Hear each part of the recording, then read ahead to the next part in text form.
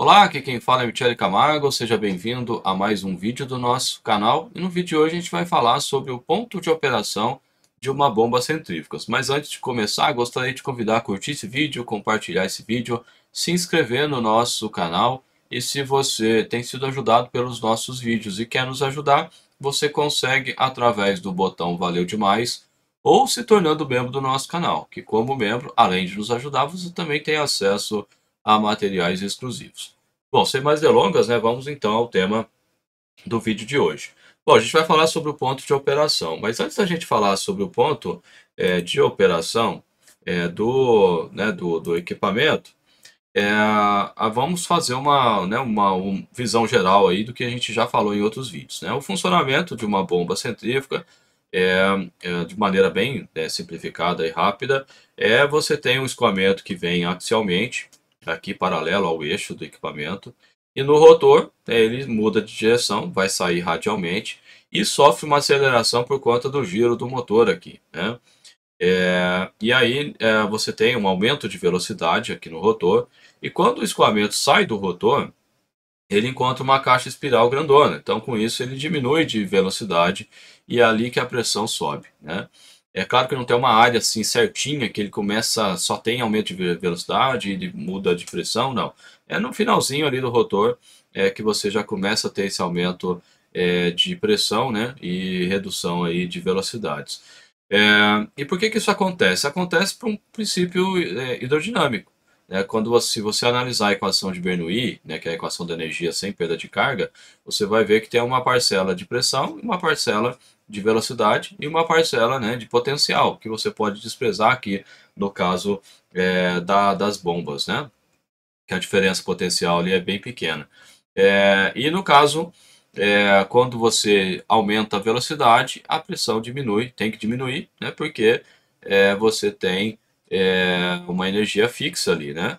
Por outro lado, se a velocidade diminui, a pressão sobe, né? Esse é um princípio, inclusive, dos compressores centrífugos também, é a mesma ideia. Voltando aqui, então, eu mostro essa animação aqui, que o rendimento da bomba tem a ver com o diâmetro do rotor também. Por quê? Porque você tem, né, para a mesma carcaça, vários diâmetros de rotores. Quanto menor o rotor, maior essa folga. Quanto maior essa folga, maior a recirculação. O produto meio que fica girando aqui, né? Ele não vai embora. E isso reflete no rendimento volumétrico da bomba, né? Quanto menor essa folga, ou seja, maior o diâmetro, maior é o rendimento volumétrico e maior é o rendimento global da bomba de um modo geral. Você pode pegar que isso é uma característica de qualquer bomba, de qualquer fabricante, né? Quanto maior o diâmetro do rotor, maior vai ser o rendimento global da máquina, né?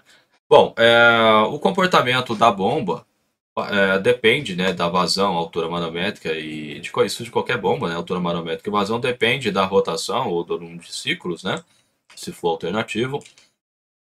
Só que para uma rotação fixa, no caso das bombas centrífugas, a gente tem esse comportamento aqui. O que significa essa curva mais escurinha aqui? Significa que quanto maior a vazão, então se eu vier aqui para uma vazão aqui em cima, né, bem grande, você vai ter uma altura manométrica pequena, ou seja, a pressão diferencial vai ser menor. Aí eu tenho uma vazão mais baixa, aí eu tenho uma altura manométrica maior. Por que que isso acontece? Bom, acontece porque a energia, né, vem do motor, e vamos dizer que é o motor elétrico, para ficar mais fácil, digamos que é 10 cavalos. Desses 10 cavalos, uma parte vai para a vazão, outra parte vai para a pressão. Então, digamos que, sim, vamos dizer que é a parte útil, né, sem entrar na parte de rendimento e tal. Digamos que desses 10 cavalos, 5 vai vir para a vazão, 5 vai vir para a altura manométrica. Então, você teria, entre aspas, aqui no meião. Agora, se você quer mais vazão, você tem que pegar mais, né? É igual distribuição de bala para criança. Tem 10 balas para duas crianças.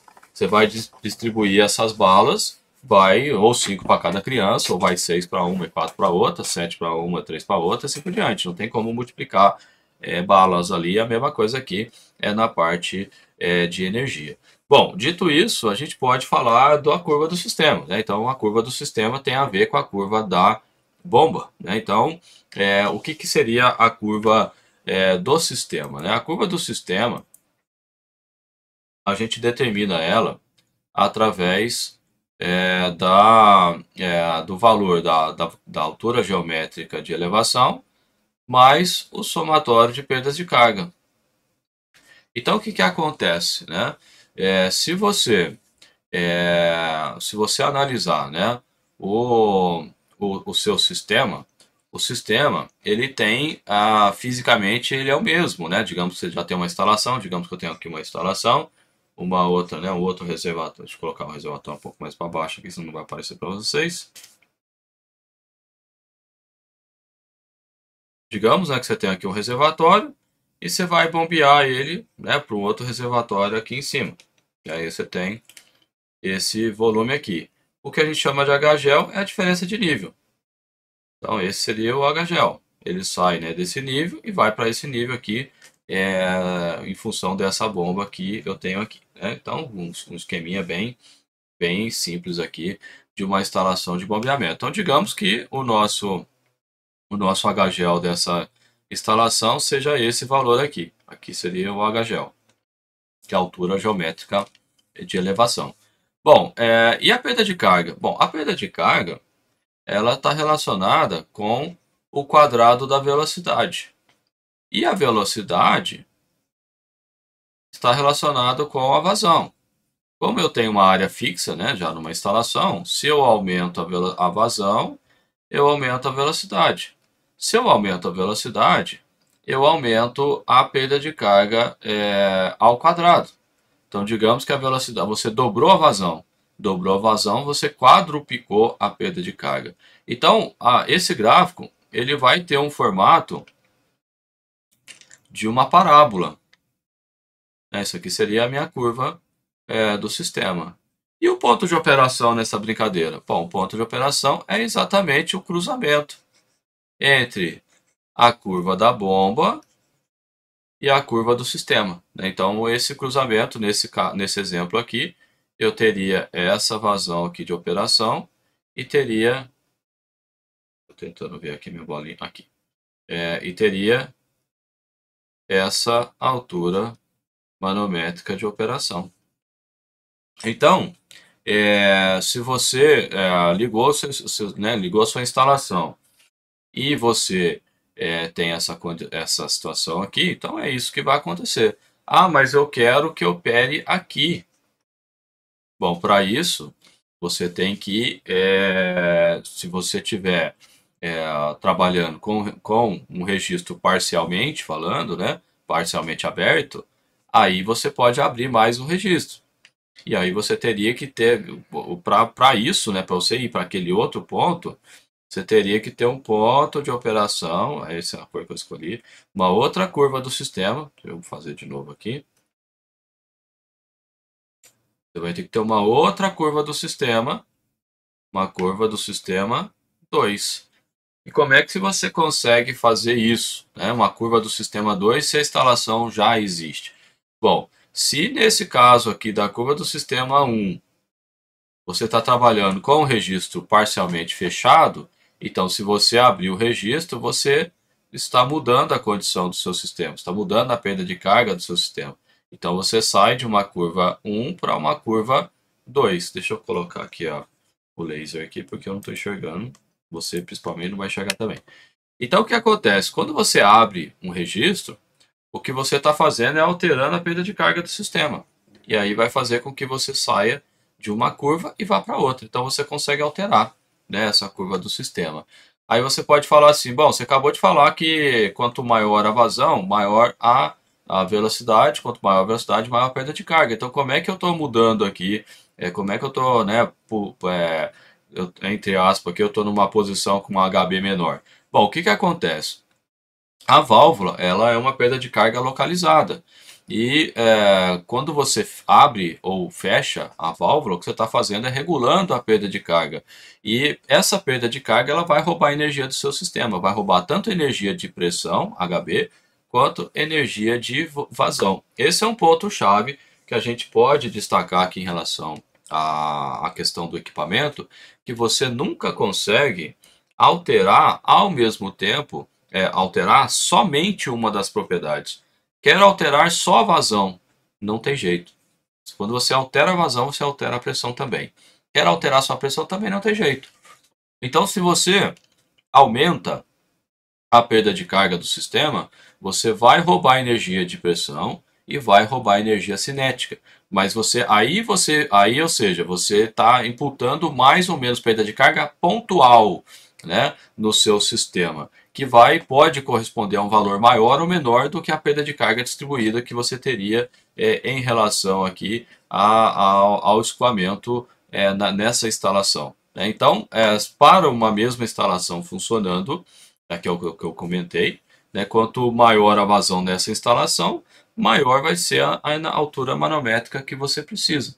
Mas se você quer alterar o ponto de operação de uma bomba, você só consegue alterando a curva do sistema. E uma maneira simples de alterar a curva do sistema é abrindo ou fechando uma válvula, né? Com isso, você altera a curva do sistema.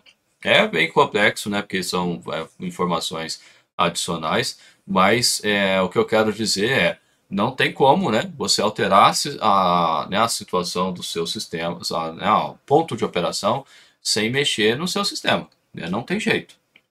Aí, se você quiser, que nem o caso aqui, né, eu aumentei a vazão, caiu a pressão. Bom, se eu quiser aumentar as duas coisas ao mesmo tempo, bom, você só consegue se você mudar a curva da bomba. Para mudar a curva da bomba, que aí seria uma outra curva aqui, né? Vamos dizer, vou colocar roxo aqui, só para a gente exemplificar. Então, nesse caso, você teria que ter uma outra curva aqui, ó. Aí o outro ponto de operação seria esse.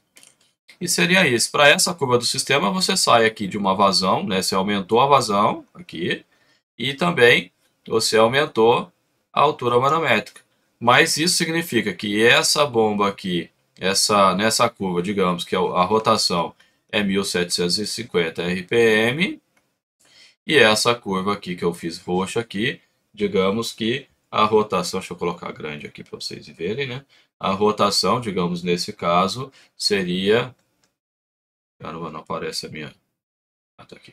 E a rotação 2 aqui, digamos que seja 2000 RPM. Essa é uma vantagem de ter inversor de frequência no equipamento, que você consegue, é como se você tivesse várias bombas com uma bomba só. Então, recapitulando, quero aumentar a vazão do meu sistema.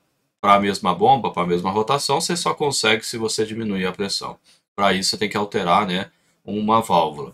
Ah, já estou com todas as válvulas abertas, então esquece, você não vai conseguir. Quero aumentar a vazão e pressão ao mesmo tempo. Você só consegue mudando a curva da bomba. E mudando a curva da bomba, você consegue alterando a rotação do seu sistema. Então, essas coisas estão intimamente interligadas. Aí eu não tenho inversor de frequência, quero aumentar a vazão e pressão do meu sistema. Eu vou aumentar a rotação, aumentando a relação lá da polia, mudando a relação da polia para aumentar a rotação da bomba. Nesse caso, se você fizer isso, pode ser que o motor elétrico ele não tenha potência suficiente para a nova condição.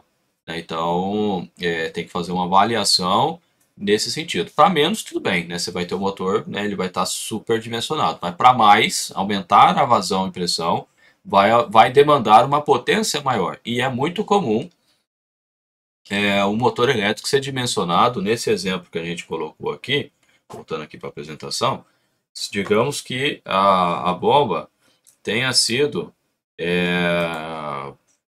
estabelecida para esse ponto de operação. Então você vai ter, né, a potência hidráulica é ρg aqui H, né, ou seja, o peso específico vezes a altura manométrica vezes a vazão. E se você, então aqui você vai ter uma potência correspondente, né, uma potência do motor elétrico. Se você vier para essa condição aqui, vai ser uma outra potência, porque está aumentando o Q, está aumentando o H. E pode ser que o motor elétrico não suporte. Então você tem que ficar esperto com isso também. Então não seria só aumentar a rotação, não. Pode ser que o motor elétrico não aguente e ele pode até queimar, dependendo do caso, né?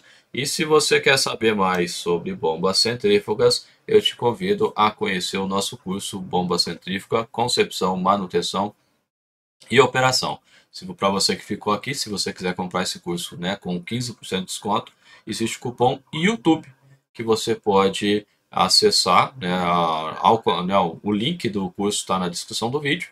Se você usar o cupom YouTube, você consegue comprar esse curso com 15% de desconto. Beleza, pessoal? Um abraço e a gente se vê na próxima oportunidade.